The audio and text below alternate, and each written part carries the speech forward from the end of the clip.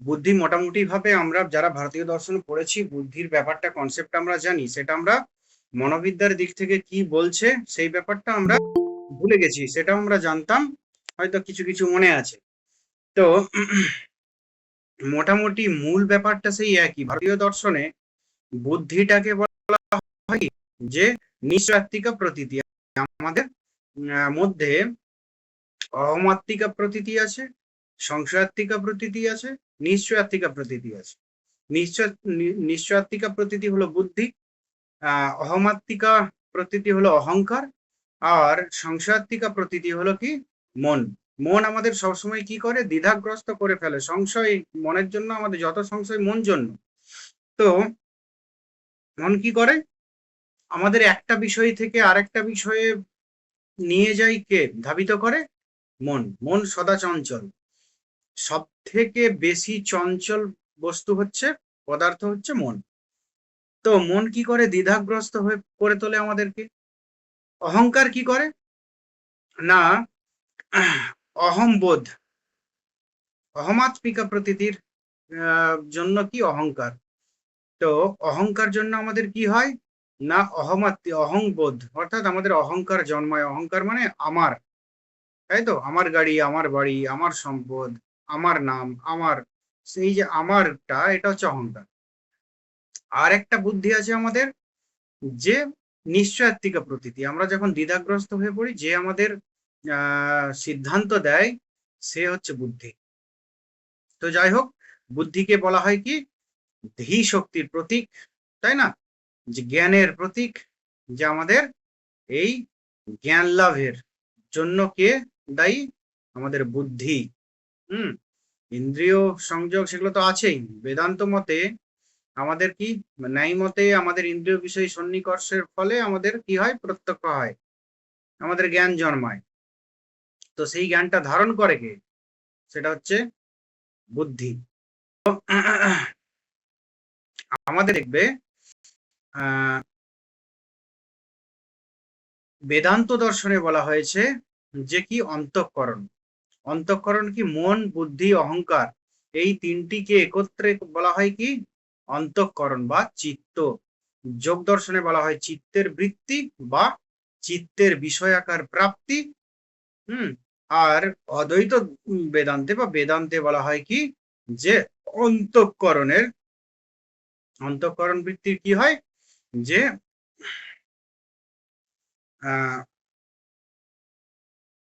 বিষয়াকার প্রাপ্তি। চিত্তের যেমন বৃত্তি, সেই বৃত্তিটাই এখানে বলা হচ্ছে বেদান্ত দর্শনে বিষয়াকার প্রাপ্তি।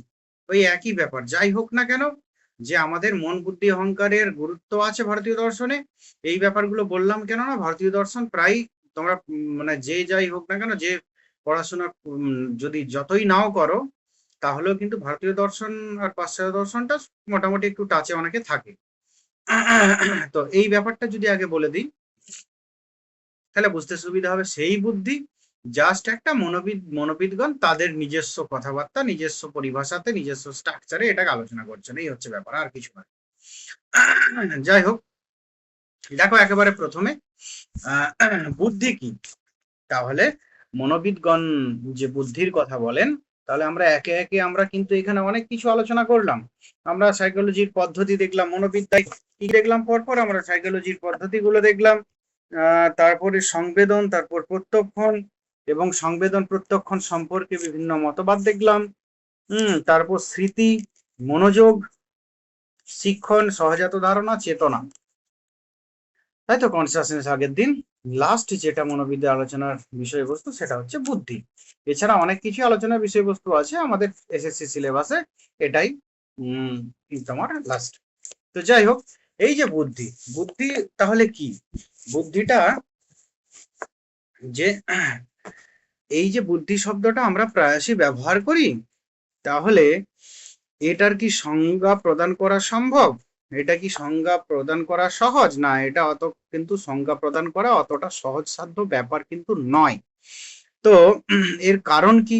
এর কারণ হলো, বুদ্ধি সম্পর্কে আমাদের সংগৃহীত যে তথ্য, সেগুলো অপ্রতুল, কম।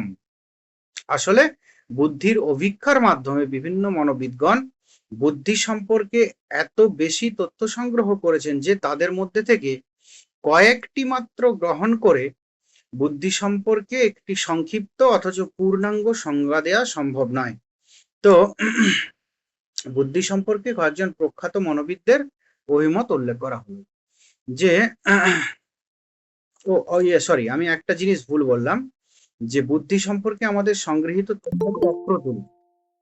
অপ্রতুল মানে আমি ভাবলাম, আমি বললাম আর কি তোমাদের যে কম কম নয়, মানে অপ্রতুল মানে যেগুলো হচ্ছে প্রয়োজনের অতিরিক্ত, যে যখন ধরো আমার দরকার খুব অল্প কটা জিনিস, কিছু বৈশিষ্ট্য, সেখানে অসংখ্য হাজার হাজার বৈশিষ্ট্য আছে, সেখান থেকে অল্প সংখ্যক কটাকে তুলে নেওয়া সেটা খুব কঠিন কাজ যে কোনো বিষয়ে। তো এই যে বুদ্ধির অভিক্ষা, এই প্রসঙ্গে মনোবিদগণ বুদ্ধি সম্পর্কে প্রচুর তথ্য পেয়েছেন, তুলেছেন।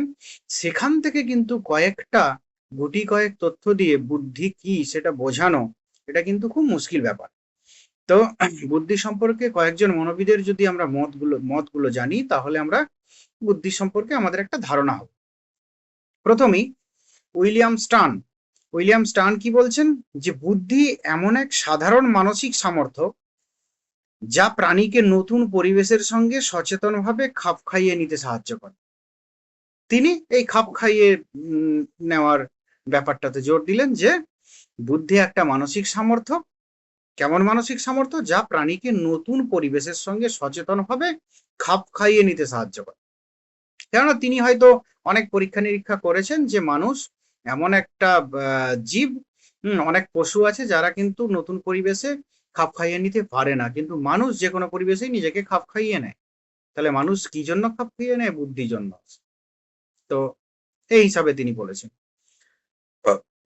একটা বিশেষ মানসিক সামর্থ্য হিসেবে ধরেছেন বুদ্ধিকে।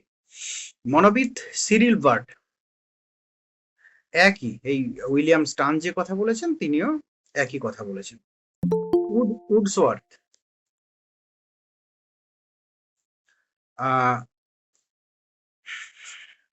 উডওয়ার্থ কি বলছেন, যে বুদ্ধি হলো প্রাণীর সেই সামর্থ্য যা তার বোধ শক্তি বা ধী শক্তিকে কাজে লাগায়। বুদ্ধিকে তিনি একটা উডওয়ার্থ কি বলছেন, যে একটা মানসিক সামর্থ্য, একটা কেমন সামর্থ্য হিসাবে তিনি নিচ্ছেন, তিনি বলছেন যে যা বোধ শক্তি বা ধী শক্তিকে কাজে লাগাতে সাহায্য করে। ধী শক্তি মানে ইন্টেলেক্ট, তাই তো? সেই বুদ্ধি হলো সেই সামর্থ্য যা বোধ শক্তি বা ধী শক্তিকে কাজে লাগাতে সাহায্য করে। থর্নডাইকের বানানটা ভুল আছে। থর্নডাইকের মতে বুদ্ধি হলো সেই সামর্থ্য যা প্রাণীকে বিভিন্ন বিষয়ের মধ্যে সম্বন্ধ স্থাপনে সাহায্য করে। বুদ্ধি কি করে তার মতে? বিভিন্ন বিষয়ের মধ্যে একটার সঙ্গে অপরটার সম্বন্ধ স্থাপন করতে সাহায্য করে প্রাণীকে, যা অভিজ্ঞতাকে কাজে লাগিয়ে প্রাণীকে লাভজনক হতে সাহায্য করে। যে কোনো বিষয়ে কি করেন? অভিজ্ঞতাকে কাজে লাগিয়ে লাভজনক হতে সাহায্য করে। তো লাভজনক মানে কি এখানে? না, কোনটা মূল্যবান, বিভিন্ন বিষয়কে কাজে লাগিয়ে বিভিন্ন বিষয়ের মধ্যে তুলনা করে, মানে অভিজ্ঞতাকে কাজে লাগিয়ে বিভিন্ন বিষয়ের মধ্যে তুলনা করে বা বিভিন্ন বিষয়কে পরীক্ষা নিরীক্ষা করে, তো কোন বিষয়টা আমাদের পক্ষে লাভজনক, অর্থাৎ কোন বিষয়টা আমাদেরকে বেশি সাহায্য করবে, আমাদের সেই বিষয়টি গ্রহণীয়, এরকম কথা, যে সেরকম বিষয়কে তাহলে গ্রহণ করতে হবে। তাহলে সেই জন্যই বলছেন যে যা অভিজ্ঞতাকে কাজে লাগিয়ে প্রাণীকে লাভজনক হতে সাহায্য করে। রেক্স নাইট ও মার্গারেট নাইট এর মতে কি, যে বুদ্ধি হলো সেই সামর্থ্য যা প্রাণীকে উদ্দেশ্য সাধনের উপযোগী চিন্তা করতে সাহায্য করে। উদ্দেশ্য সাধনের উপযোগী চিন্তা করতে সাহায্য করে কে? বুদ্ধি। উদ্দেশ্য সাধনের উপযোগী চিন্তা,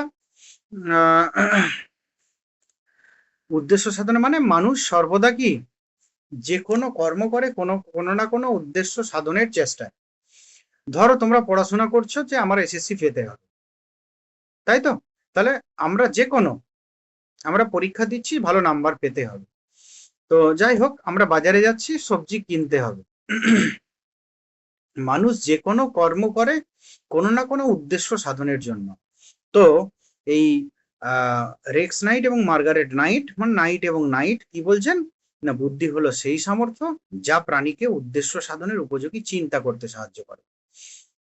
থার্স্টন কি বলছেন এরপর, যে বুদ্ধি হলো সেই সামর্থ্য যা প্রাণীর সহজ প্রবৃত্তিগুলিকে সমাজের উপযোগী করতে সাহায্য করে। এখানে প্রবৃত্তির কথা, যে প্রাণীর সহজ প্রবৃত্তি, যেখানে যে আমাদের যে কোনো প্রাণী, মানে শুধু মানুষ নয়, কিন্তু অন্যান্য প্রাণী, মনুষ্যতর প্রাণীও বটে। তো মানুষ এবং অন্যান্য প্রাণী কি হয় না, তাদের সহজ যে প্রবৃত্তিগুলি, সেই প্রবৃত্তিগুলি সমাজের উপকারী করার করতে সাহায্য করে, এটা হচ্ছে বুদ্ধি। তো এটা আমাদের কি হয়, আমরা যে কোনটার দ্বারা সমাজে আমাদের উপকার করা যাবে, দ্বারা সমাজের অন্যান্যরা উপকৃত হবে, সেটা যেমন মানুষ ভাবে, অন্যান্য প্রাণীও কিন্তু ভাবে, যে আমাদের total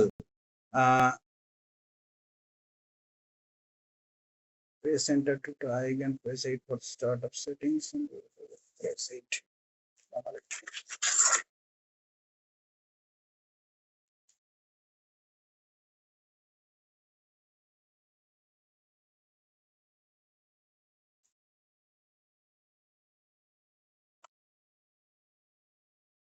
ESC, EU, EFL, farm out settings.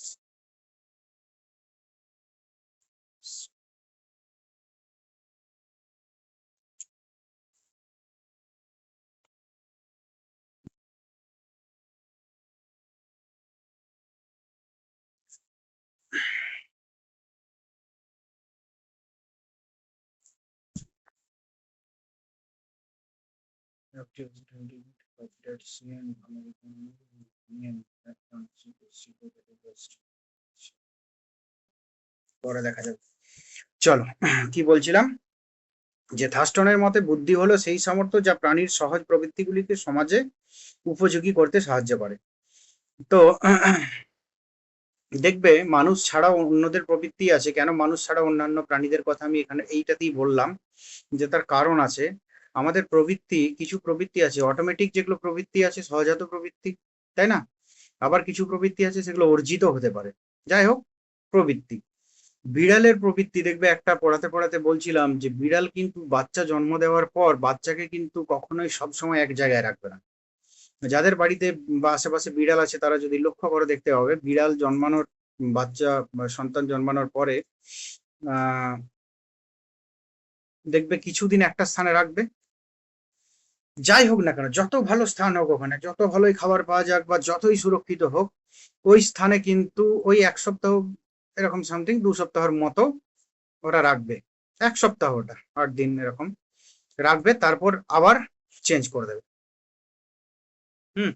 আবার কি, আবার 1 সপ্তাহ হবে, আবার চেঞ্জ করে দেবে। তো এইটা দেখো, এটাও কিন্তু বিড়ালের একটা প্রবৃত্তি বশত সে করছে, সহজাত প্রবৃত্তি বিড়ালের এটা। তো ওই যে বলছিলাম, ওই যে আলোচনা ক্ষেত্রে, এটা বিড়ালের জেনেটিক হয়ে গেছে আস্তে আস্তে। তো তাহলে এই প্রবৃত্তি দ্বারা কি আলটিমেট তাদের ভাবনার কি মানে আলটিমেট তাদের লক্ষ্য কি, তাদের প্রবৃত্তি কি, তাদের কিন্তু সমাজের উপকার। মানে কি, তার বাচ্চাগুলো, সমাজ মানে এখানে তার বাচ্চা নিয়ে সমাজ, বাচ্চাগুলো যাতে সুরক্ষিত থাকে। তো যাই হোক,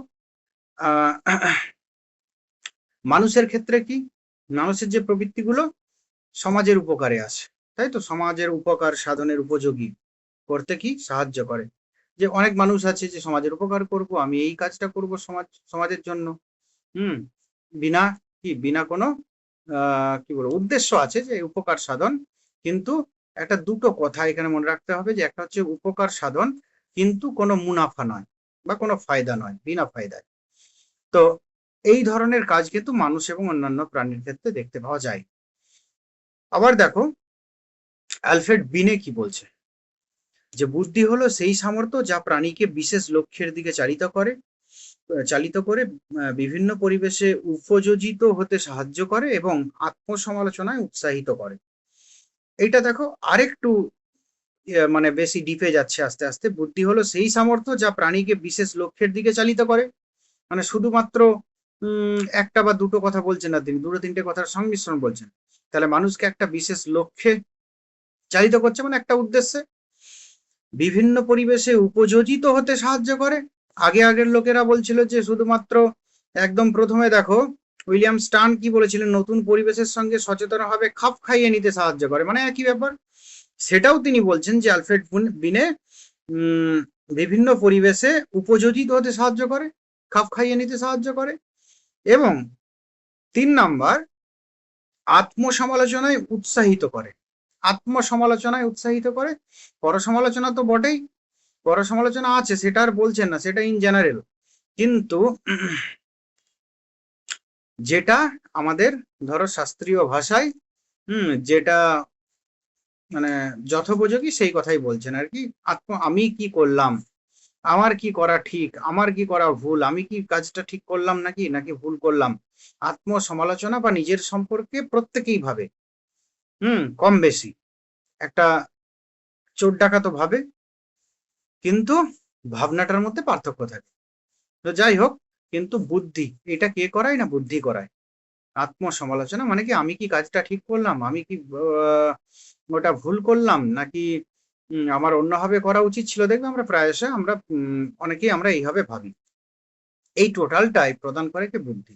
তাহলে কি একটা বিশেষ লক্ষ্য দিকে নিয়ে চলে কে, বুদ্ধি। আমাদের যে কোনো, আমাদের একটা এম থাকে, আমাদের একটা লক্ষ্য থাকে, উদ্দেশ্য থাকে, সব প্রত্যেকেরই, সেটা কে পরিচালনা করে, বুদ্ধি। আবার কি একটা নির্দিষ্ট নতুন নতুন পরিবেশে উপযোজিত মানে অ্যাডাপ্ট করতে, তাই তো,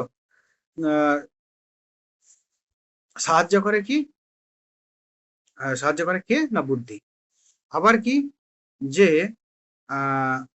আত্মসমালোচনা করতে উৎসাহিত করে কে, বুদ্ধি। যে আমি ঠিক করলাম কি ভুল করলাম, আমার অন্যভাবে কাজটা করা উচিত ছিল, এটার থেকে একটু বেটার হলে ভালো হতো, এই ধরনের ব্যাপারগুলো এগুলো কে ভাবায়, বুদ্ধি ভাবায়। টারম্যান কি বলছেন, প্রথমে বললেন বিনে, এরপর কে, টারম্যান। টারম্যান কি বলছেন, যে বুদ্ধি হলো সেই সামর্থ্য যা প্রাণীকে বিমূর্ত চিন্তা করতে সাহায্য করে। দেখো এ কিন্তু আরেকটু উপরে উঠে বলছেন, বিমূর্ত চিন্তা করতে সাহায্য করে কে, বুদ্ধি। বিমূর্ত চিন্তা মানে কি বলতে পারবে কেউ,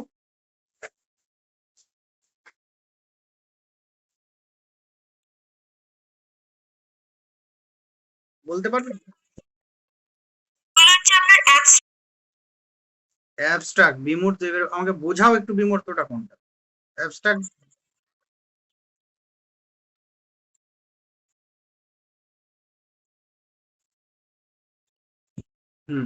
যেগুলো যেগুলো আমি দেখাতে পারবো না যে 1 কিলো, এই হচ্ছে 1 কিলো এইটা, বা ওই হলো ওটা, এরকম দেখাতে পারবো না। অথচ আমরা কিন্তু চিন্তা করতে পারবো, সেগুলো তুমি যেটা বললে যে দুঃখ, ব্যথা, বেদনা, এগুলোও বটে। আবার হচ্ছে যে আকাশ কুসুম বন্ধাপুত্রও বটে, সবই কিন্তু অ্যাবস্ট্রাক্ট আইডিয়া। তো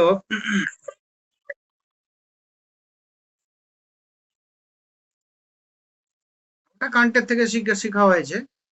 তো মানে যে কোনো গাণিতিক বলো, ত্রিভুজ, ত্রিভুজ আমরা বলছি যে 3টি বাহু দ্বারা বেষ্টিত, ইয়ে 3 সামতলিক, দ্বারা বলছি এটা এক্সাক্ট সংজ্ঞাটা, 3টি বাহু দ্বারা বেষ্টিত সামগ্রিক সামতলিক চিত্রকে কি বলা হয়, ত্রিভুজ। কিন্তু তুমি বাস্তবে কোথাও এরকম ত্রিভুজ একটিও পাবে না। বিন্দু, বাস্তবে একটাও বিন্দু পাবে না। তো আবার বিন্দু মানে কি, যার বিন্দুর সংজ্ঞা জানো কেউ, যার দৈর্ঘ্য নেই, যার প্রস্থ নেই, যার উচ্চতা নেই, শুধু অবস্থান আছে, তাকে বলা হয় বিন্দু। তো এরকম কোন বস্তু আমরা দেখতে পাবো না। আমরা চতুর্ভুজ, 4টি বাহু দ্বারা বেষ্টিত সীমাবদ্ধ সমতলিক ক্ষেত্রকে বলা হয় চতুর্ভুজ। 3টি বাহু দ্বারা, সামগ্রিক নয়, এটা সীমাবদ্ধ, 3টি বাহু দ্বারা বেষ্টিত সীমাবদ্ধ সমতলিক ক্ষেত্রকে বলা হয়। তাছাড়া 1 2 3 4 5 6 এগুলো তো সংখ্যাগুলো আছে, এই ধরনের ব্যাপারগুলো, এগুলো কিন্তু কোনোটাই আমরা এ থেকে পাবো না, কি বলে আমাদের অভিজ্ঞতা আমরা পাবো না, তাই না? তথাপি আমরা এই সকল বিষয় নিয়ে আমরা চিন্তা করতে পারি।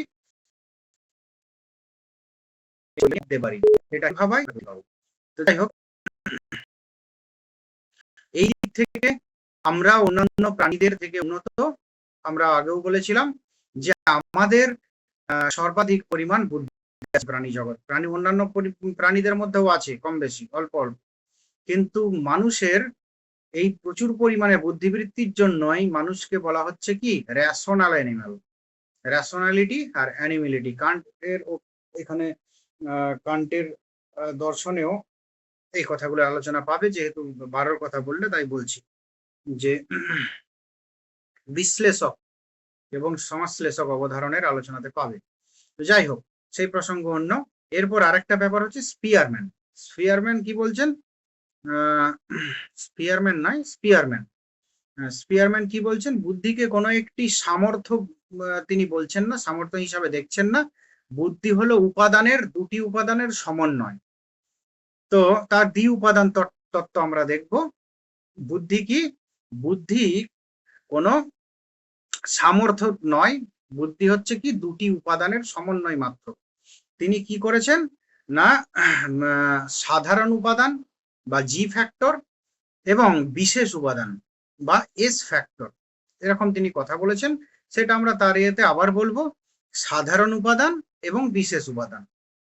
তো সাধারণ উপাদান কেমন?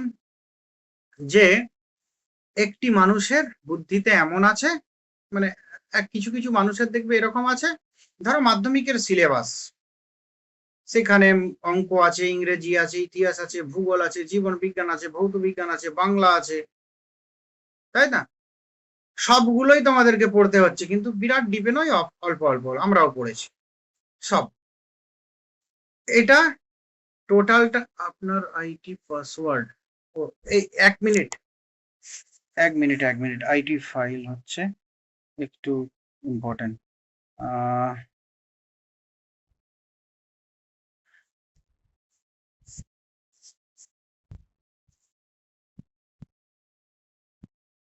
আচ্ছা, এখন কোথায় পাবো?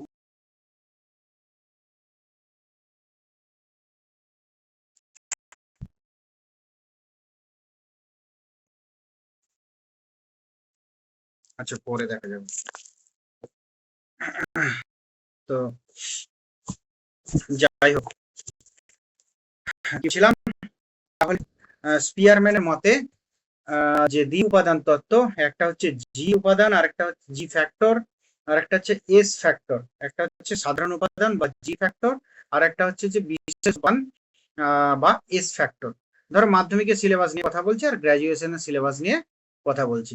মাধ্যমিকের সিলেবাসে কোনটা কিন্তু বিশেষ মানে অত বিস্তারিত আলোচনা নয়, তথাপি আমাদের অনেকগুলো বিষয় আমাদের একটু একটু একটু একটু করে পড়তে হবে। আবার ধরো মাস্টার্স সিলেবাস, সেখানে তুমি ফিলোসফিতে মাস্টার্স করছো, তাহলে ফিলোসফি সিলেবাসই কিন্তু তোমাকে পড়তে হবে, অন্য কিছু সিলেবাস তোমাকে পড়তে হবে না। এটা হচ্ছে বিশেষ উপাদান, আর ওটা হচ্ছে সাধারণ উপাদান। ঠিক আমাদের বুদ্ধির ক্ষেত্রেও কিছু কিছু মানুষ আছে, ব্যক্তি আছে, বা সবার ক্ষেত্রেই কম বেশি, যে বুদ্ধির দুটো বৈশিষ্ট্য, একটা তো বুদ্ধির মধ্যে দুটো উপাদান, একটা সাধারণ আর একটা বিশেষ উপাদান। তো তোমার জি ফ্যাক্টরে কি? সাধারণ উপাদানে তার বুদ্ধি অনেকগুলো বিষয় সম্পর্কেই জানবে, কিন্তু একটু একটু একটু একটু করে জানবে। আবার এস ফ্যাক্টর, যার বুদ্ধি মধ্যে এস ফ্যাক্টর বেশি, সে পার্টিকুলার কোনো একটি বিষয় খুব ভালো করে তার ন্যাক হবে, ইন্টারেস্ট হবে, তাই তো? এস ফ্যাক্টর তার যদি বেশি হয়, এবার এস ফ্যাক্টরের মধ্যে ভাগ আছে। তো যাই হোক, তো এই স্পিয়ারম্যান বলছেন এই জি ফ্যাক্টর এবং এস ফ্যাক্টর, সাধারণ উপাদান এবং বিশেষ উপাদান, যদি কারোর বুদ্ধিতে এই সাধারণ উপাদান এবং বিশেষ উপাদান দুটোরই মানে পরিমাণে বেশি পরিমাণে থাকে, তাহলে তার বুদ্ধি হবে স্ট্রং, অনেক উন্নত।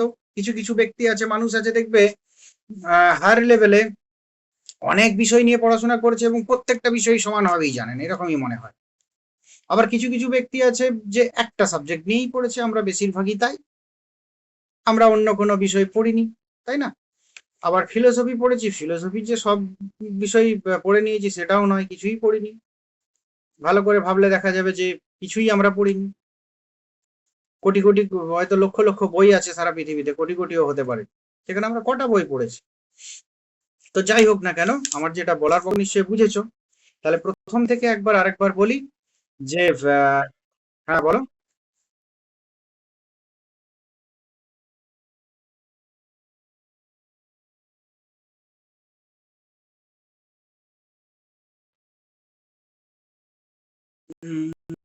ওটা হচ্ছে যে সাধারণ উপাদান।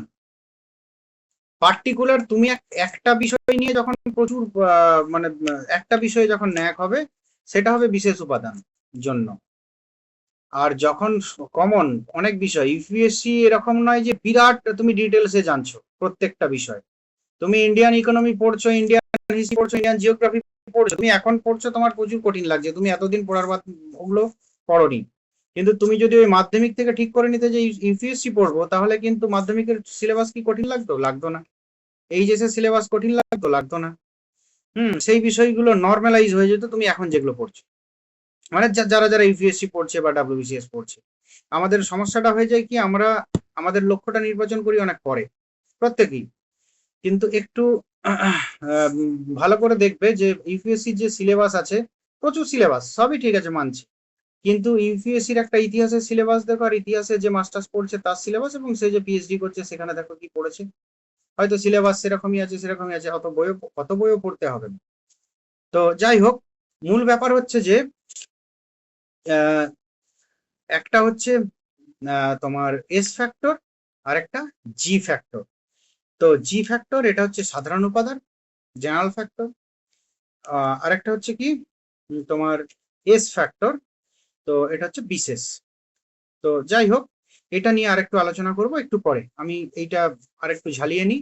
যে তাহলে দেখো, উইলিয়াম স্টার্ন তিনি কি বলছেন, নতুন পরিবেশে খাপ খাইয়ে নেওয়া, মানিয়ে নেওয়া, এই ধরনের কথা যদি পেয়ে যাও তাহলে স্টার্ন।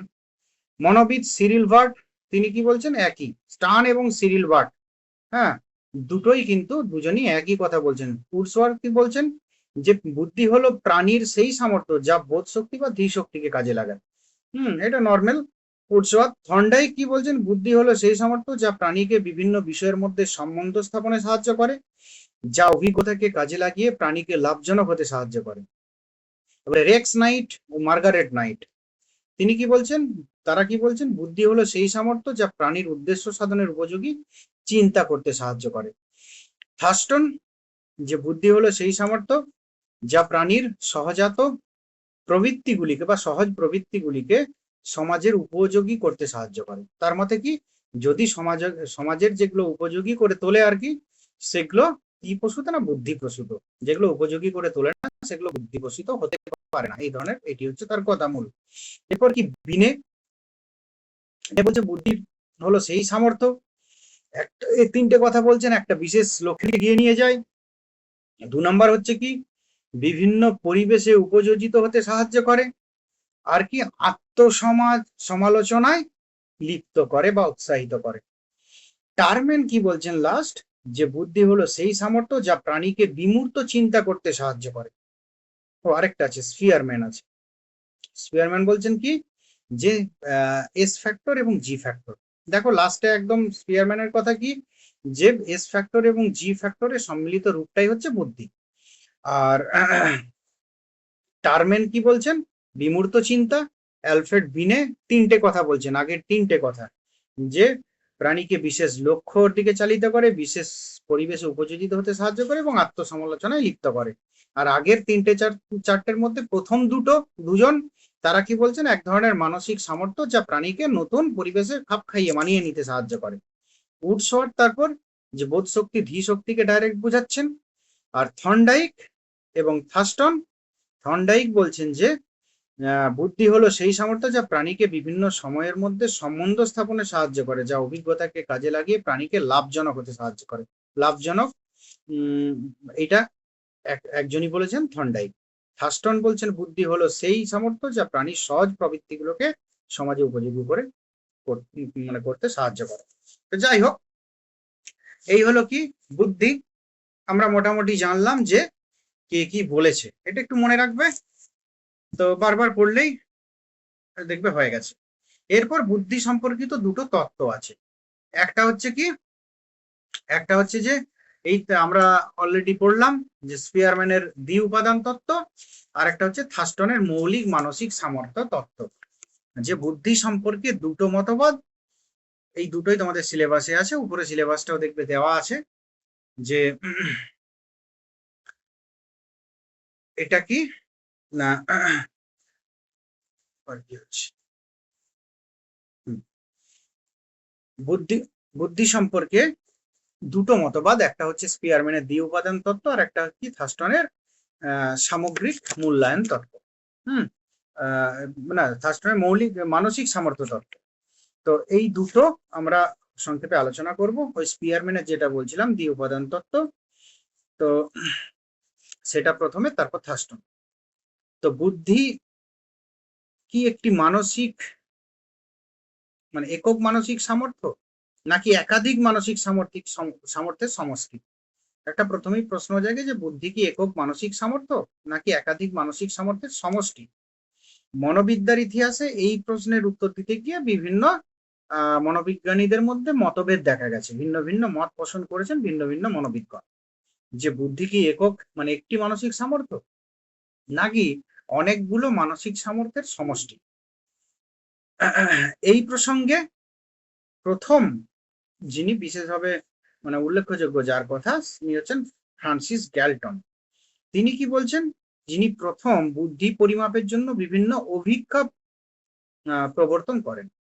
যে অভিক্ষা মানে কি পদ্ধতি, যে বুদ্ধি কিভাবে পরিমাপ করা যাবে সেই পদ্ধতি প্রথম তিনি চালু করেন, আর প্রবর্তন করেন, চালু করেন।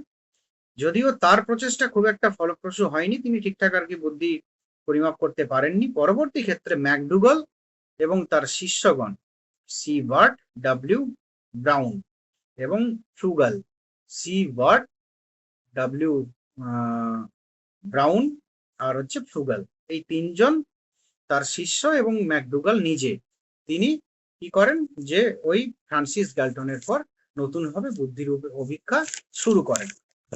তো এই ধারায় দুটি প্রধান মনোবিজ্ঞানী হলেন কি, এই ধারায় মানে ওই যে বুদ্ধির অভিক্ষা শুরু করেছিলেন গ্যালটন, তো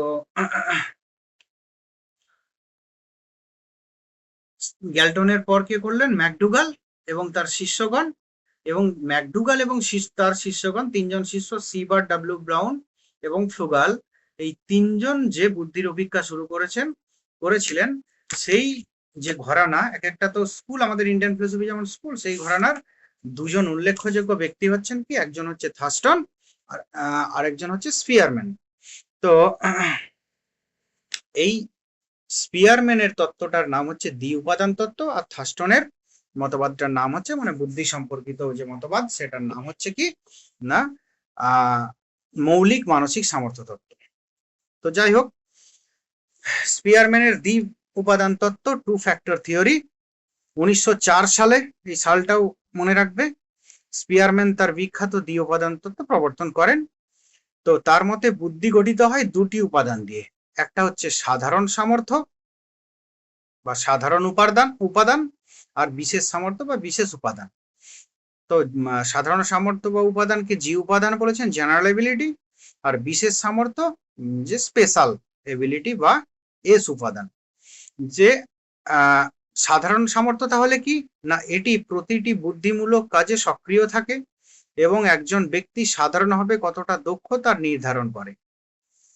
এই সাধারণ সামর্থ্য এটা কি করে না, এটি প্রতিটি বুদ্ধিমূলক কাজে সক্রিয় থাকে এবং একজন ব্যক্তি সাধারণভাবে কতটা দক্ষ তা নির্ধারণ করে। বিশেষ সামর্থ্য কোনটা না, এটি নির্দিষ্ট কোনো কার্যক্ষেত্রে প্রযোজ্য, যেমন অঙ্ক, সঙ্গীত বা সাহিত্য। এই মতে একজন ব্যক্তির বুদ্ধি জি প্লাস এস। বুদ্ধি কি, প্রথমেই বলেছিলাম যে দ্বি উপাদান তত্ত্ব, সাধারণ এবং বিশেষ উপাদানের সমষ্টি, তাই তো। তো তাহলে একজন ব্যক্তির বুদ্ধি কি জি প্লাস এস, সাধারণ উপাদান বা সাধারণ সামর্থ্য প্লাস বিশেষ সামর্থ্য। স্পিয়ারম্যান পরীক্ষামূলকভাবে প্রমাণ করেন যে যারা একটি বুদ্ধি পরীক্ষায় ভালো করেন তারা অন্যান্য পরীক্ষাতেও তুলনামূলকভাবে ভালো করেন। এর দ্বারা বোঝা যায় জি উপাদান সব ক্ষেত্রে কাজ করে আর এস উপাদান নির্দিষ্ট বিষয়ের সাফল্যের জন্য দায়ী। তো যাই হোক, স্পিয়ারম্যানের মতে সাধারণ বুদ্ধি জি মূলত বিভিন্ন বিষয়ের মধ্যে পারস্পরিক সম্পর্ক অনুধাবনের ক্ষমতা। এই জন্য এক ব্যক্তি গণিতে ভালো হলে জ্যামিতি, পদার্থবিদ্যা বা দাবাতেও সাধারণভাবে ভালো হয়ে থাকেন। ওই যে আগেরটা বললাম, এই কারণে তার তত্ত্বকে দ্বি উপাদান তত্ত্ব ছাড়াও এক কেন্দ্রিক তত্ত্ব বলা হয়ে থাকে। যেটা আগে বললাম সাধারণ সামর্থ্য, সেটা কি না প্রতিটি বুদ্ধিমূলক কাজে সক্রিয় থাকে, সাধারণভাবে কতটা দক্ষ বিভিন্ন অনেক বিষয়ে সামগ্রিকভাবে, আর বিশেষ উপাদান কোন একটা পার্টিকুলার বিষয়ে। তো আমরা অনেক সময় দেখতে পাই যে একজন ব্যক্তি, এরকম তো ব্যক্তি পাই যে হয়তো ধরো একই সঙ্গে একাধিক বিষয়ে দক্ষ, সে তার কি সে সাধারণ এবং বিশেষ উপাদান জি প্লাস এস তার স্ট্রং, তার দুটোই স্ট্রং। আর কোনো ক্ষেত্রে কি যে কোনো ব্যক্তির কি হয় জি উপাদানটা স্ট্রং হয়, এস উপাদান স্ট্রং হয় না। আবার কি হয় কোনো ব্যক্তির এস উপাদান স্ট্রং হয়ে যায়, যার ফলে কি কোনো একটা পার্টিকুলার বিষয়েই তার জ্ঞান হয়। যেমন কেউ ধরো সঙ্গীত জানে, এরকম প্রচুর পাবে, প্রচুর ভালো সঙ্গীত, প্রচুর কিছু, কিন্তু পড়াশোনা সে কিছু করতে পারেনি। ধরো ক্রিকেটার, দারুণ ক্রিকেটার, হ্যাঁ ইন্টারন্যাশনাল ক্রিকেটার, কিন্তু পড়াশোনায় সে জিরো, এরকমও আছে। তো আবার এরকম আছে পড়াশোনায় খুব ভালো আর কিছু করে না। তো এটা হচ্ছে কি তার এস ফ্যাক্টর, তার স্পেশাল এবিলিটিটা কোন একটা বিষয়ে সেটা অনেক ভালো। আবার অনেক আছে যে ওই যে বললাম যে অনেকগুলো বিষয় জানে, সেটা কি সেটা তার সাধারণ সামর্থ্য। তো যাই হোক, থার্স্টনের মৌলিক সামর্থ্য তত্ত্ব আর ওই যে সাধারণ সামর্থ্য এবং বিশেষ সামর্থ্য দুটোই যদি স্ট্রং থাকে তাহলে কি একই সঙ্গে অনেক বিষয় একটা ব্যক্তি জানতে পারবে। আর এরপর হচ্ছে থার্স্টনের মৌলিক মানসিক সামর্থ্য তত্ত্ব। এইটুকু যা হলো জি এবং এস কাকে বলে, জি প্লাস এস, তার মধ্যে কি একজন ব্যক্তির বুদ্ধি মানে কি G plus S, G plus S যদি স্ট্রং হয় তার বুদ্ধি স্ট্রং হবে মানে সব দিক দিয়েই। আর সাধারণ সামর্থ্য যদি স্ট্রং হয়, জি উপাদান যদি স্ট্রং হয়, তাহলে তার বিভিন্ন বুদ্ধিমূলক কাজে তার এবিলিটি থাকবে, কোন একটা পার্টিকুলার খুব একটা বেশি থাকবে না, মানে ইন জেনারেল ভাবে সে জানবে, খুব বিশেষভাবে সে কোনো বিষয়কে জানতে পারবে না। বিশেষ সামর্থ্য যদি স্ট্রং থাকে তাহলে সে কোনো পার্টিকুলার বিষয়কে খুব ভালো করে জানতে পারবে। তো এই কটা জিনিস সালটা এইটুকুই মনে করে দাও, মনে রেখে দাও। আর তত্ত্বটা কি নাম। এরপর হচ্ছে থার্স্টনের মৌলিক মানসিক সামর্থ্য তত্ত্ব। থার্স্টন স্পিয়ারম্যানের মতের বিরোধিতা করে বলেন বুদ্ধি একটি সাধারণ উপাদানের ফল নয়। স্পিয়ারম্যান কি বলেছিলেন যে দুটো উপাদানের সংমিশ্রণ, তাই তো, এটা হচ্ছে বুদ্ধি। থার্স্টন বলছেন যে বুদ্ধি একটি সাধারণ উপাদানের ফল নয়, বরং এটি একাধিক মৌলিক মানসিক সামর্থ্যের সম্মিলিত রূপ, তাই তো, মৌলিক মানসিক সামর্থ্যের সম্মিলিত রূপ এটা। তিনি পরিসংখ্যানীয় বিশ্লেষণ প্রয়োগ করে 7টি মৌলিক মানসিক সামর্থ্য নির্ধারণ করেন। যে তিনি কি যেহেতু বলেন যে বুদ্ধি একটি সাধারণ উপাদানের ফল নয়, বুদ্ধি একাধিক মৌলিক মানসিক সামর্থ্যের সম্মিলিত রূপ, তাই তো। তাহলে মানসিক সামর্থ্যগুলো কেমন কেমন না সেই প্রসঙ্গে তিনি 7খানা মানসিক সামর্থ্যের কথা বলেছেন। একটা হচ্ছে কি ভার্বাল কম্প্রিহেনশন, বাক্য ভাষার অর্থ বোঝার ক্ষমতা, ওয়ার্ড ফ্লুয়েন্সি, দ্রুত ও যথাযথ শব্দ ব্যবহারের ক্ষমতা, নিউমেরিক্যাল এবিলিটি, সংখ্যার ব্যবহারে দক্ষতা ও গণিত সমাধানের ক্ষমতা, মেমোরি, তথ্য মনে রাখা ও পুনঃস্মরণ করার ক্ষমতা, পারসেপচুয়াল স্পিড, সাদৃশ্য অসাদৃশ্য নির্ণয় করার ক্ষমতা, আর হচ্ছে কি এটা হচ্ছে স্থান ও আকৃতি,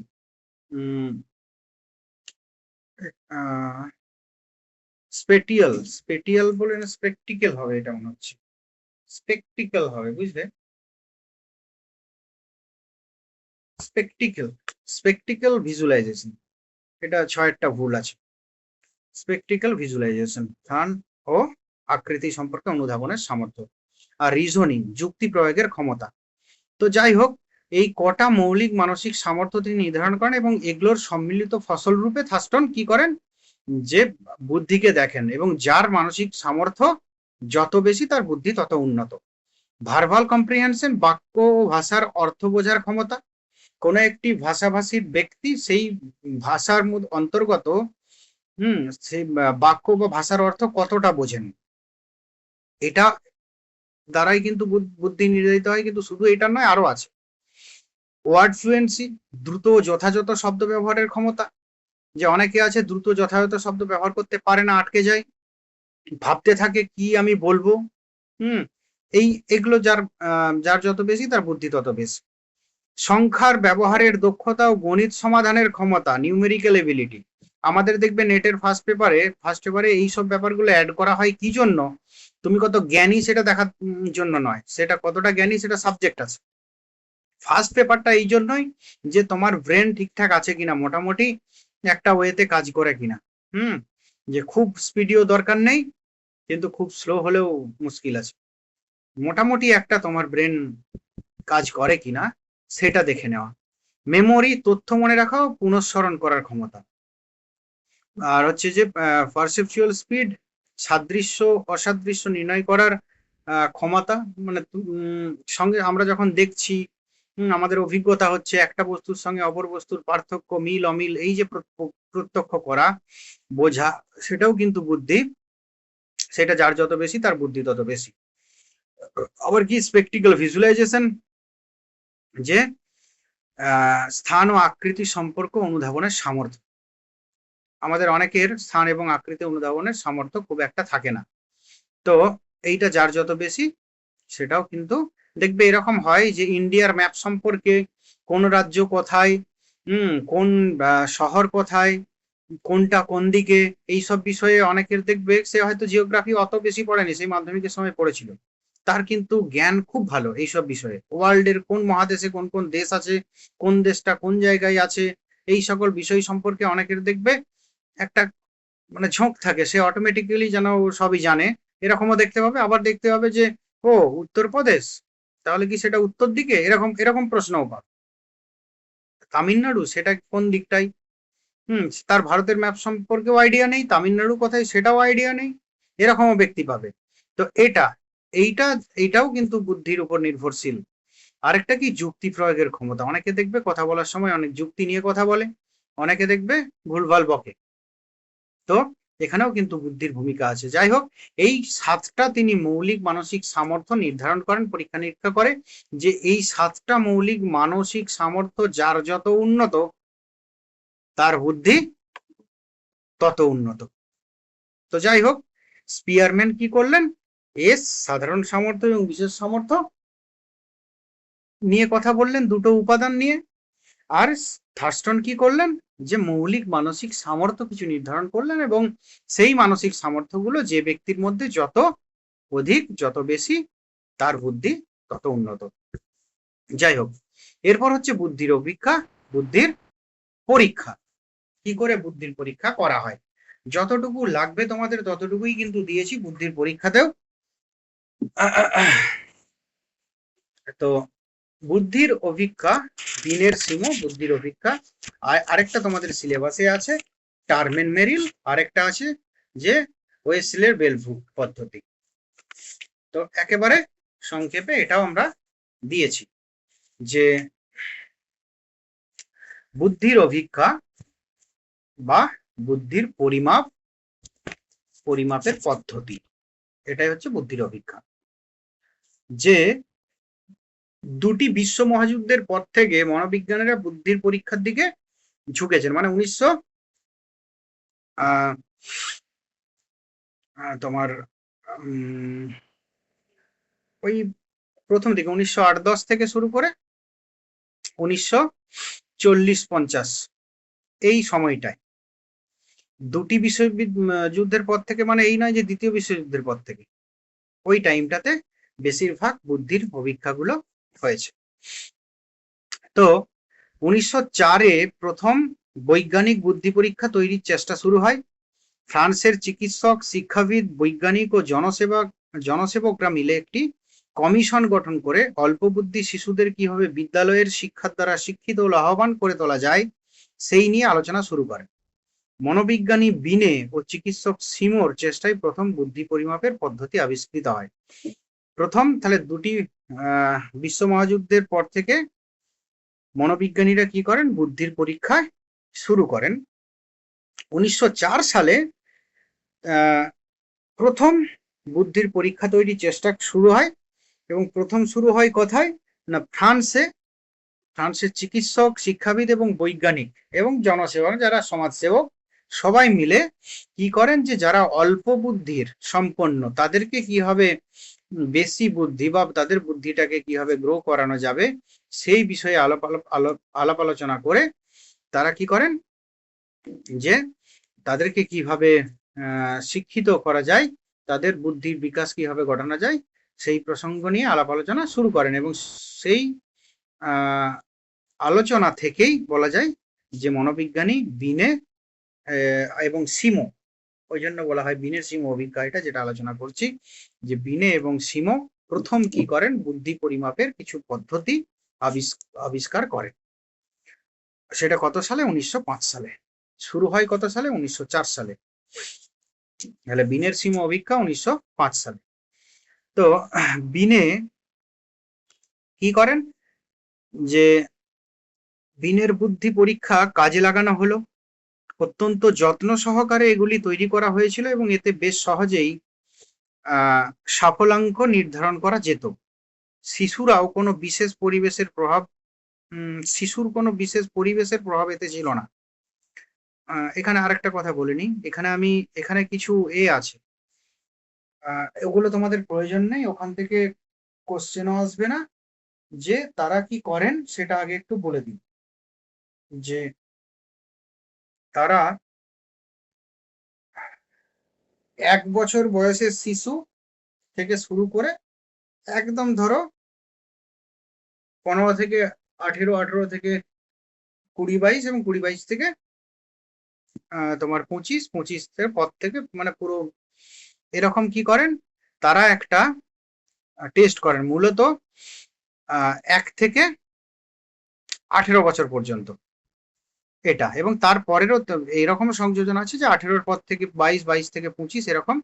তো একটা মোটামুটি লিস্ট যে 1 বছরের ছেলে তার বুদ্ধি স্ট্রং কিনা সেটা আমরা কিভাবে বিচার করব। তারপরে 2 বছরের ছেলে তার জন্য সে তার বুদ্ধি স্ট্রং কিনা কিভাবে বিচার করব। তারপর 3 বছরের, তারপর 4 বছর, তারপর 5 বছর, এরকম তারা কিছু প্রশ্ন, এবং 1 বছরের 1.5 বছরের ছেলের ক্ষেত্রে 1 বছরের ক্ষেত্রে কি করেন তারা দুটো সিম্বল, দুটোর মধ্যে পার্থক্য করতে পারছে কিনা, দুটো বস্তুকে আলাদা করতে পারছে কিনা, এরকম ভাবে একটু একটু করে এই ক্রাইটেরিয়া গুলো বাড়িয়ে ধরো 5-6 বছরের যোগ বিয়োগ করতে পারছে কিনা, এতগুলো আম আছে আরেকগুলো আরো কিছু আম আছে তাদের মধ্যে সবগুলো মিলিয়ে কটা হয়, এই ধরনের এগুলো করতে পারছে কিনা, এইভাবে তারা একটা লিস্ট করেছিলেন। তো সেই লিস্টটা আর দিইনি, ওটা অযথা এখানে দিয়ে তোমাদের বিভ্রান্ত করে লাভ নেই। তো মোটামুটি জেনে রাখো যে তারা কি করেছিলেন, তারা একেবারে 18 বছর বয়স পর্যন্ত একটি কি বলে শিশুদের কি করেন, শিশুদের একেবারে 1 বছর বয়স থেকে একবারে 18 পর্যন্ত বালক পর্যন্ত তারা কি করেন একটা লিস্ট করেন যে এ যদি এই অ্যান্সার গুলো দিতে পারে তাহলে তার বুদ্ধি উচ্চ, অ্যান্সার গুলো না দিতে পারলে তার নিম্ন। তো যাই হোক এরকম একটা ছক করেছিলেন, সেটা মাথায় রাখো। সেটা আমি এখানে দিইনি কেন, ওখান থেকে কোনো কোশ্চেনও আসবে না, কিছু না, ওটা ফালতু। আর ওটা মনে রাখা কেউই মনে রাখতে ওইভাবে পারবে না যে টোটাল কাজগুলো কি। তো এটা কি করেন এখানে যে 1905 সালে তিনি যে বুদ্ধিটা তৈরি করেন, বিনে বুদ্ধি পরীক্ষা কাজে লাগানো হলো। বিনে যে পরীক্ষাটি করেছিলেন অত্যন্ত যত্ন সহকারে এগুলি তৈরি করা হয়েছিল এবং এতে বেশ সহজেই সাফল্যাঙ্ক নির্ধারণ করা যেত। শিশুর কোনো বিশেষ পরিবেশের প্রভাব এতে ছিল না। শুধু মুখস্থ বিদ্যা নয়, চিন্তা ও যুক্তি প্রকাশ থাকতো এসব সমস্যার সমাধান। ওই যে যেগুলো বললাম যে কোনো দুটি শিশুকে হয়তো দুটো বল দেওয়া হলো, একটি লাল একটি সবুজ, সেটা পার্থক্য করা হলো কোনটি ছোট কোনটি বড়, একটা বল দেওয়া হলো একটা পুতুল দেওয়া হলো, দুটো পার্থক্য করতে পারছে কিনা সেটা বোঝা মানে বুঝতে হবে। ওখানে বলা আছে যে কি কেমন সে দুটো বস্তুর মধ্যে পার্থক্য করতে পারছে কিনা সেটা দেখতে হবে। যদি পারে তাহলে তার বুদ্ধি বেশি, যদি না পারে তাহলে তার বুদ্ধি কম। এই অনুযায়ী কিছু পয়েন্টস দেওয়া হয়েছিল যে প্রত্যেকের ক্ষেত্রে 4টি-5টি করে কোশ্চেন বা 4টি-5টি করে এরকম পদ্ধতি লিস্ট করা হয়েছিল। তো যাই হোক যদি কেউ পারে তখন যে সবগুলো পারবে তার বুদ্ধাঙ্ক অনেক হয়, যে কিছু পারবে তার মিডিয়াম, যে একেবারে পারবে না, সে একেবারে লো, এই হবে বুদ্ধির তোমার কার কত বুদ্ধি সেটা পরিমাপ করা হতো। তো যাই হোক, 1908 সালে বিনে ও সিমো উন্নততর বুদ্ধি অভিজ্ঞা উদ্ভাবন করেন। 1905-এ করেছিলেন, 1908-এ আবার একটি উন্নততর বুদ্ধির অভিজ্ঞা উদ্ভাবন করেন এবং বিভিন্ন বয়সের জন্য বিভিন্ন প্রশ্নাবলী প্রণয়ন করেন। এই অভিজ্ঞাগুলি বিনের সীমা অভিজ্ঞা নামে পরিচিত। এই পর্যায়ে 3 বছর থেকে 13 বছর পর্যন্ত প্রতি বয়সের জন্য 4 থেকে 8টি অভিজ্ঞা বা প্রশ্ন রাখা হয়। বিনে স্থির করলেন, যদি একই বয়সের শিশুদের মধ্যে শতকরা 60 থেকে 90 জন কোনো অভিজ্ঞায় উত্তীর্ণ হতে পারে, তাহলে সেটি হবে উক্ত বয়সের উপযোগী অভিজ্ঞা। যখন অভিজ্ঞাগুলো শুরু করেন দ্বিতীয় ক্ষেত্রে 1908 সালে, তখন কি করেন না, তখন আরেকটু উন্নততর বুদ্ধির অভিজ্ঞা তিনি করেন, তারা কি বলছেন, 3 থেকে 13 বছর পর্যন্ত তারা অভিজ্ঞাটি করেন এবং 4 থেকে 8টি অভিজ্ঞা বা প্রশ্ন রাখা হয়। তো বিনে স্থির করলেন কি, একই বয়সের শিশুদের সেই প্রশ্নগুলো সেট করার পর তারা টেস্ট করলেন যে একই বয়সে 60 থেকে 90% যদি মোটামুটি উত্তর দিতে পারে ছেলেমেয়েরা, তাহলে জানা যাবে যে ওই টেস্টটা ওই বয়সের ছেলে মেয়েদের জন্য, তাহলে সেটি হবে উক্ত বয়সের উপযোগী তালিকা। 1908 সালে বিনে ও সিমো যে মান বা স্কেল উদ্ভাবন করেন তার গুরুত্ব কম নয়, কারণ এই পর্যায়ে বিনে সর্বপ্রথম মানসিক বয়সের ধারণা প্রবর্তন করেন। মানসিক বয়সটা কতটা, এমন অনেক ক্ষেত্র থাকে যে যেখানে তার কোনো ছেলের দেখবে বয়স হয় হয়তো 4 বছর, কিন্তু তার মানসিক বয়স হয়তো 6 বছর। আবার অনেককে দেখবে এরকম তার বয়স 10 বছর, কিন্তু মানসিক বয়স তার কিন্তু 6 বছর বা 5 বছর, এরকমও আমরা দেখতে পাই। তো একই এজের দেখবে অনেক ছেলে মেয়ে পাবে, সেম এজের একজন হয়তো একজনের মানসিক বয়স অনেক বেশি, 2-3 বছর বেশি, তাই তার মেন্টালিটি ম্যাচ খাবে, দেখবে সিনিয়র 2 বছর 1 বছরের সিনিয়রদের সঙ্গে তার দেখবে বেশি বন্ধুত্ব। আবার অনেকে থাকবে দেখবে যার নিজের ক্লাসমেটদের সঙ্গে বন্ধুত্ব বেশি, তার মানসিক বয়স একদম ঠিকঠাক। আবার কিছু জন এরকমও পাবে যে যার মানসিক বয়স কম, সে সিনিয়রদের সঙ্গেও মিশতে পারবে না, তার ক্লাসমেটদের সঙ্গে মিশতে পারবে না, তার দেখবে বন্ধু বান্ধবটাই হবে তার থেকে বয়সে ছোট, এরকমও পাবে। তো যাই হোক, এই যে মানসিক বয়সের নির্ধারণ করার প্রবর্তন করলেন বিনের সিমো, যে আসলে প্রকৃতপক্ষে তার বুদ্ধি কতটা উন্নত এবং তার মানসিক বয়স কত, সেটা এই দ্বিতীয় পরীক্ষা 1908 সালের পরীক্ষাটাই তিনি উদ্ভাবন করেন। যাই হোক, এখানে বিনের সিমো অভিজ্ঞা কখন স্টার্ট করেন, 1904, প্রথম অভিজ্ঞা 1905, দ্বিতীয় অভিজ্ঞা 1908। দ্বিতীয় অভিজ্ঞায় কত থেকে কত, 3 থেকে 13, প্রথম অভিজ্ঞায় কত, 1 থেকে 18। আর 1908 সালে যে স্কেল, এটা যে যে তোমার অভিজ্ঞার কথা বলছি, এখানে তিনি সর্বপ্রথম মানসিক বয়সের কথা বলেন। এই কটা জিনিস। টারম্যান মেরিল এরপর কি করলেন, যে বিনের সিমো, তারপর আছে তোমাদের টারম্যান মেরিল, তিনি কি করলেন, তারা কি করলেন, যে তারপর 1916 সালে আমেরিকার স্ট্যানফোর্ড বিশ্ববিদ্যালয়ের অধ্যাপক টারম্যান বিনে এবং সিমো অভিজ্ঞাগুলিকে নানাভাবে পরিমার্জিত করেন। কাদের পরীক্ষাগুলোকে না, বিনের সিমোর অভিজ্ঞাগুলোকেই কিছুটা পরিমার্জন করেন। টারম্যান স্ট্যানফোর্ড বিশ্ববিদ্যালয়ের অধ্যাপক হয় এবং তিনি মূলত বিনেকে অনুসরণ করেই নতুন অভিজ্ঞাগুলি প্রণয়ন করেন বলে একে স্ট্যানফোর্ড সংস্করণ বা স্ট্যানফোর্ড বিনে অভিজ্ঞা বলা হয়। তো এরপর এই স্ট্যানফোর্ড যেটা করলেন আর কি, তোমার স্ট্যানফোর্ড ইউনিভার্সিটির অধ্যাপক বলে তোমার কি বলে টারম্যান করলেন কি, এই বিনের সীমা অভিজ্ঞতাকে পরিমার্জন করলেন, এবং যেহেতু এই টারম্যান তোমার স্ট্যানফোর্ড ইউনিভার্সিটির অধ্যাপক, সেহেতু এটাকে জাস্ট একটা সংস্করণও বলা হয়, যে জাস্ট এটা বিনের সীমা অভিজ্ঞতারই একটা পরিবর্তিত রূপ বা আপগ্রেডেড ভার্সন। তো সেটার নাম দেওয়া হয় কি, স্ট্যানফোর্ড বিনে অভিজ্ঞা। এরপর 1937 সালে অধ্যাপক মেরিলের সহযোগিতায় টারম্যান অভিজ্ঞাগুলিকে আরো ব্যাপকভাবে পরিমার্জিত করেন।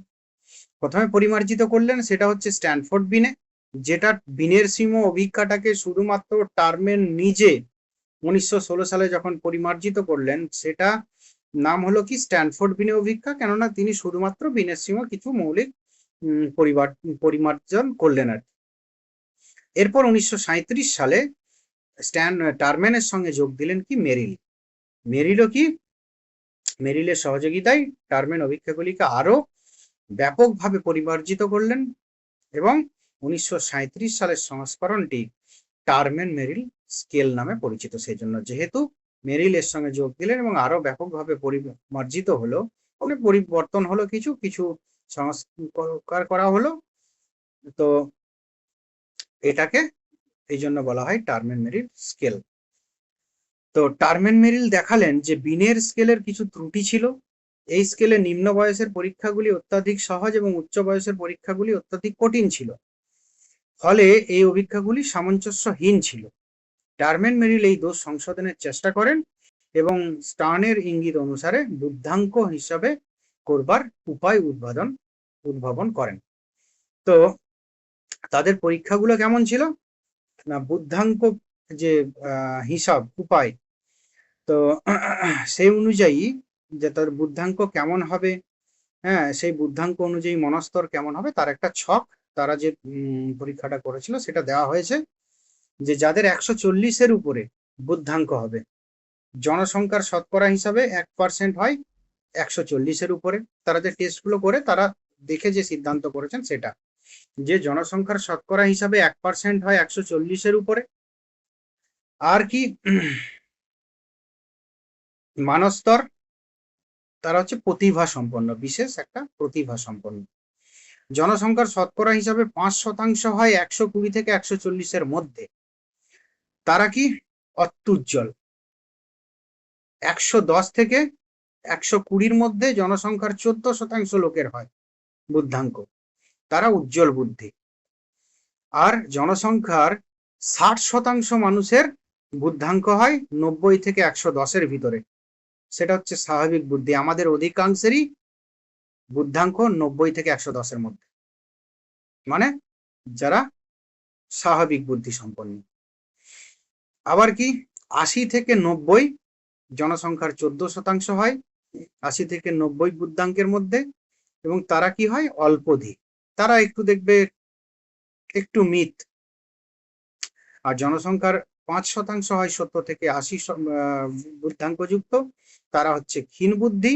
আর একেবারে জনসংখ্যার 1% হয় যাদের 70-এর নিচে বুদ্ধাঙ্ক, তারা হচ্ছে অল্পধিক। অল্পধিক মানে দেখবে যারা একেবারেই কিছু বোঝে না, অনেক মানুষই পাবে যারা একেবারেই কিছু বোঝে না, তারা হচ্ছে অল্পধিক।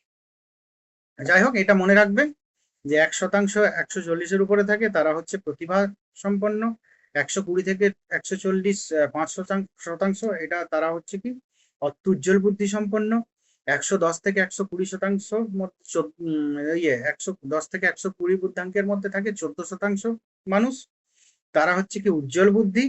আর 90 থেকে 110 বেশিরভাগ মানুষটা হচ্ছে 60% মানুষটাই থাকে 90 থেকে 110 বুদ্ধির মধ্যে, তারা হচ্ছে স্বাভাবিক বুদ্ধি সম্পন্ন। আর 80 থেকে 90 বুদ্ধাঙ্কের মধ্যে থাকে 14% মানুষ, তারা হচ্ছে অল্পধিক। তারপর হচ্ছে 5% মানুষ থাকে 70 থেকে 80-র মধ্যে, তারা ক্ষীণ বুদ্ধি। আর একেবারে 70-এর নিচে থাকে 1% মানুষ অল্পধিক। তো যাই হোক, মনে রাখার সুবিধার্থে এরকম ছকটা করা হয়েছে যে একেবারে প্রতিভা সম্পন্ন এবং অল্পধিক দুটোই এক এক করে, 120 থেকে 40, হ্যাঁ সেটাও 5%, আর 70 থেকে 80 সেটাও 5%, আর 80 থেকে 90 14%, 110 থেকে 120 14%, 90 থেকে 110 60%-এর মধ্যে স্বাভাবিক বুদ্ধি। যাই হোক, এরপর কি ওয়েসলে বেলভুর পদ্ধতি।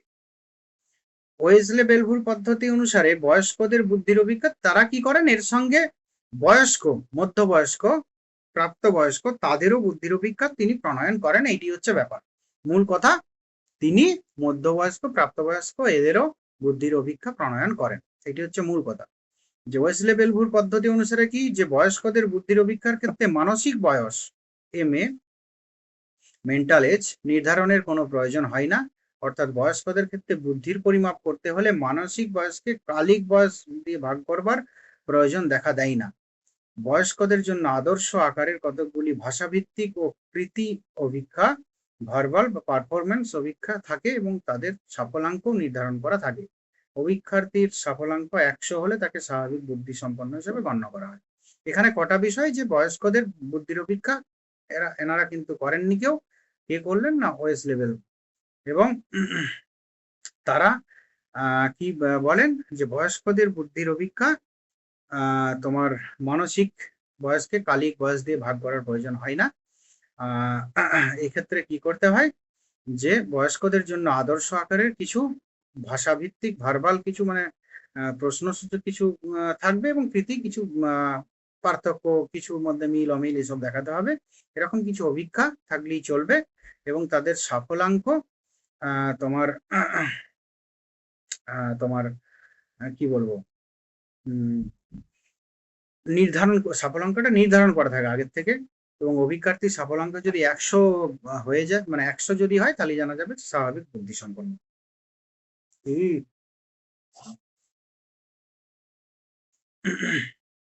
যাই হোক, আমরা এই পর্যন্ত যে আলোচনা করলাম, বুদ্ধি কি, বুদ্ধি কাকে বলে, বুদ্ধি সম্পর্কিত স্পিয়ারম্যানের 2 উপাদান তত্ত্ব এবং থার্স্টনের মৌলিক সামর্থ্য তত্ত্ব, আর বুদ্ধির অভিজ্ঞা 3টে, একটা হচ্ছে বিনের সিমো, একটা হচ্ছে টারম্যান মেলি, একটা ওয়েসলে বেলভু।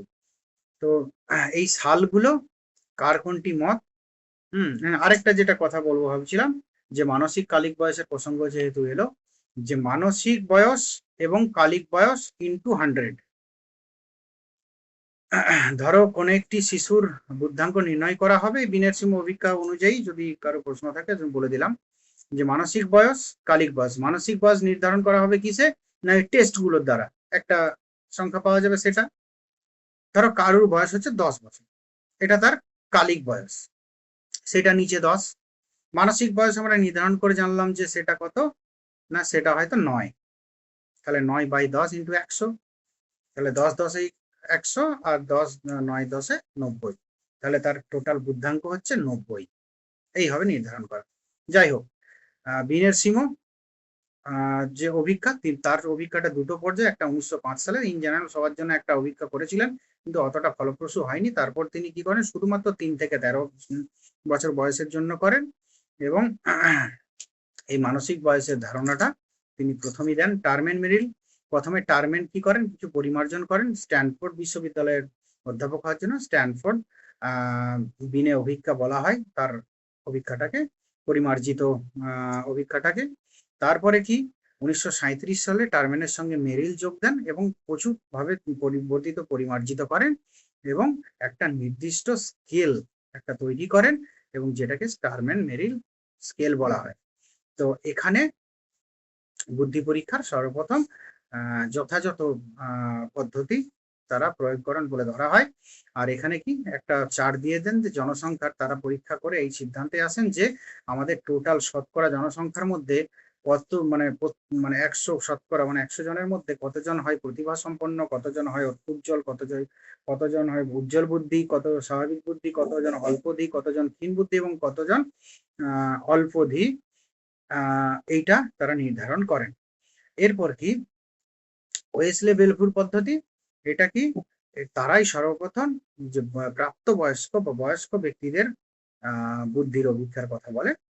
এবং তোমার এই প্রসঙ্গে তারা কি বলেন, যে 100 যদি সাফল্যাঙ্ক হয়ে থাকে তাহলে বলা হয় যে মোটামুটি স্বাভাবিক বুদ্ধি সম্পন্ন। তো এই হচ্ছে বুদ্ধি। মোটামুটি মেন পয়েন্টস গুলোই দেওয়া আছে। মেন পয়েন্টস গুলো কিন্তু প্রত্যেকটি মনে যদি রাখতে পারো আর কিছু প্রয়োজন নেই। যাই হোক, এরপর দেখো আমরা একে একে কোশ্চেন গুলো কিছু আলোচনা করে দিই। যে একেবারে 1 নাম্বার কোশ্চেন দেখো তো, বের করো। কাকিমাকে বল চা দিতে বলছে।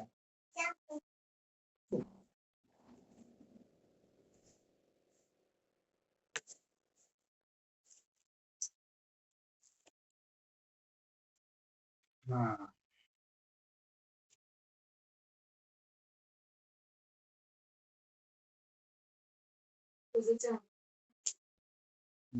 ঠিক।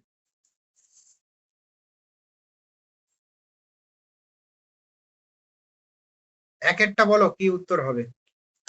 বুদ্ধি শব্দটির একটি সুনির্দিষ্ট হয় কেন?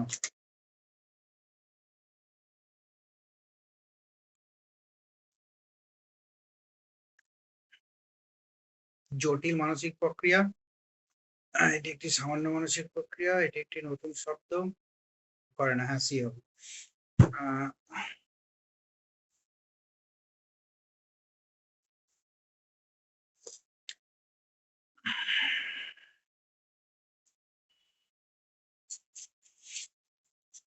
এগুলো তো তোমাদের মনে রাখতে হবে স্টার্নের মতে একেবারে প্রথমটাই।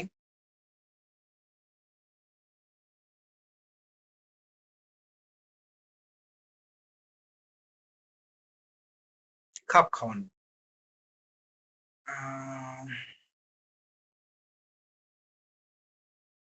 তিনেরটা জিও এস উপাদানের সংমিশ্রণে গঠিত তত্ত্বটি কে প্রদান করেন?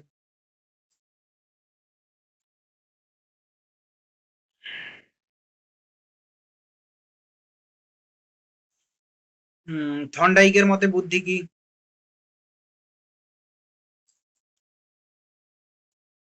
লাভজনক। উনি বলেছেন শুধু। সাতেরটা বলো, থার্স্টন এটা কয়টি হবে? কয়টি মৌলিক মৌলিক মানসিক সামর্থ্য বলে?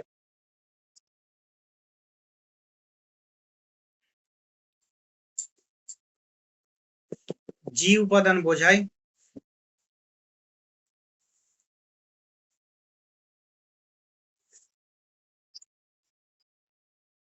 জেনারেল। জেনারেল মনে রাখবে। আর স্পেসিফিক এস বিশেষ উপাদান। সালগুলো বলো। বিনের সিংহ বুদ্ধির অপেক্ষা কত সালে চালু হয়?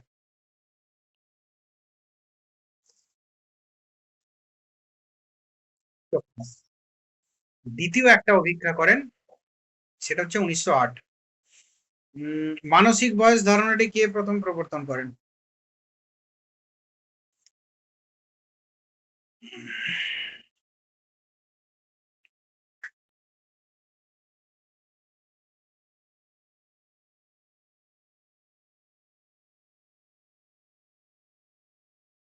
এই যে যেটা আমি বললাম লাস্টে 11টা, দেখো সেটা আছে। আইকিউ সমান মানসিক মেন্টাল এজ, আর হচ্ছে যে তোমার তোমার ধরো কালিকের কি সিএ হবে, একটু দেখে করবো।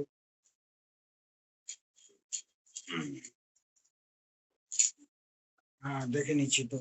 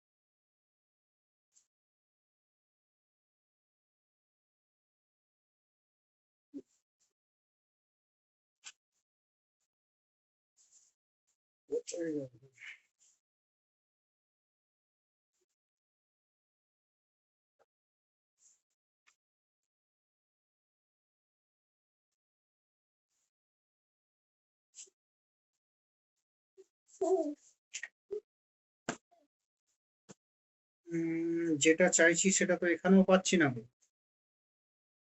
মেন্টাল এজ ঠিক আছে। সি এর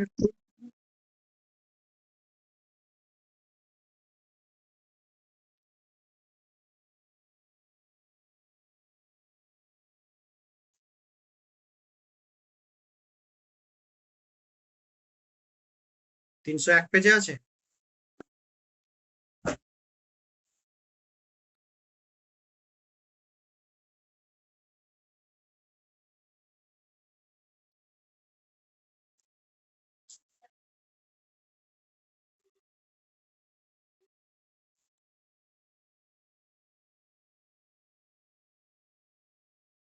ও ক্রোনোলজিক্যাল এজ। হুম, মানে এটাই কনফিউশন হচ্ছে, সি এ কালিক তো কয়ে সি তো হবে না, এর কিছু একটা ব্যাপার আছে। তো একটা হচ্ছে মানসিক ক্রোনোলজিক্যাল, এই সরি, মানসিক হচ্ছে মেন্টাল এজ, আর ক্রোনোলজিক্যাল এজ হচ্ছে যেটা তোমার এমনি বয়স আর কি, জন্ম থেকে ক্রোনোলজিক্যালি আমরা চলি, তো সেই হিসাবে ক্রোনোলজিক্যাল এজ বলা হয়েছে। তো এটা হচ্ছে আইকিউ টেস্টের পদ্ধতি, মেন্টাল এজ ভাজিত ক্রোনোলজিক্যাল এজ ইন্টু 100। তো যাই হোক, আইকিউ এ 90 থেকে 110 বোঝায়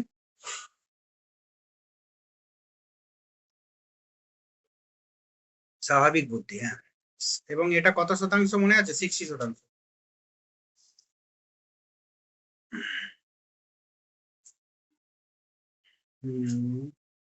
স্ট্যানফোর্ড বিনে স্কেল প্রথম তৈরি করেন কে?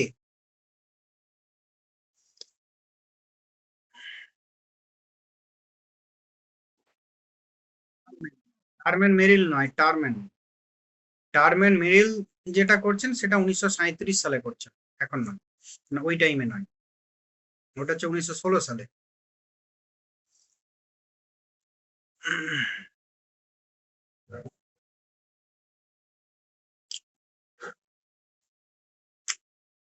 উম, আচ্ছা, ওয়েসলের বেলভু স্কেল ব্যবহৃত হয় কাদের জন্য?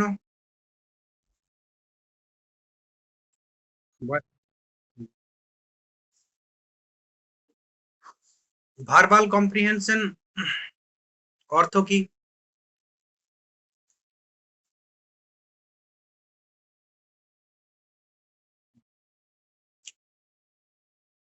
Word fluency.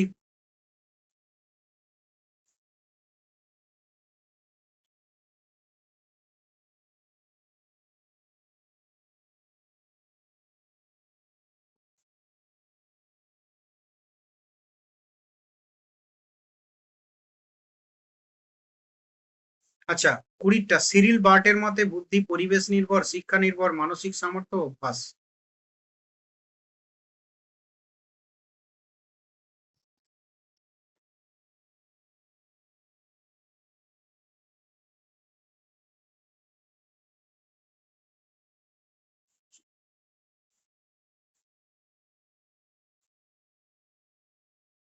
আচ্ছা, 25 থার্স্টনের মতে বুদ্ধি একক উপাদান, জি নির্ভর, মৌলিক সামর্থ্য সমূহের সংমিশ্রণ, সাধারণ আচরণ।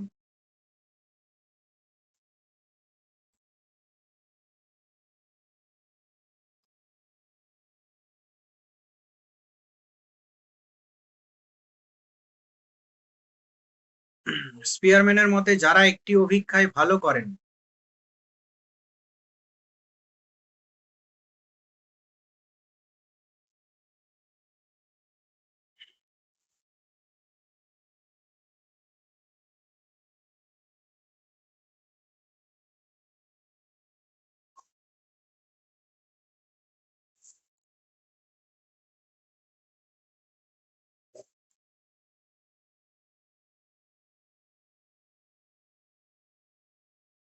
দেখো ঘোড়া দেখে কি করছি, দেখো না ঘোড়া দেখে কি করে দিচ্ছি।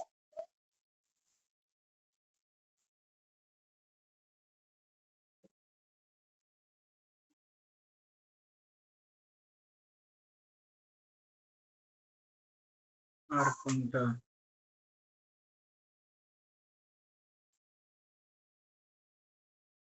থার্স্টন কোন পরিসংখ্যান পদ্ধতি ব্যবহার করেন? 35।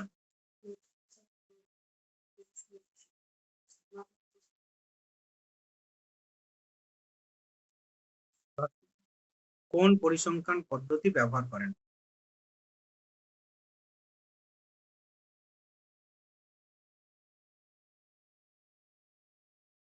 কি বললে কে?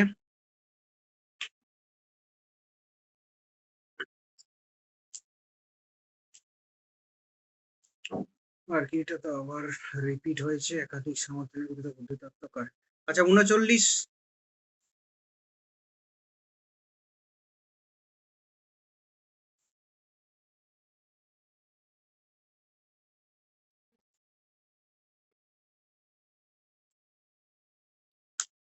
39 একাধিক মানসিক সামর্থ্য নিয়ে গঠিত বুদ্ধির তত্ত্ব।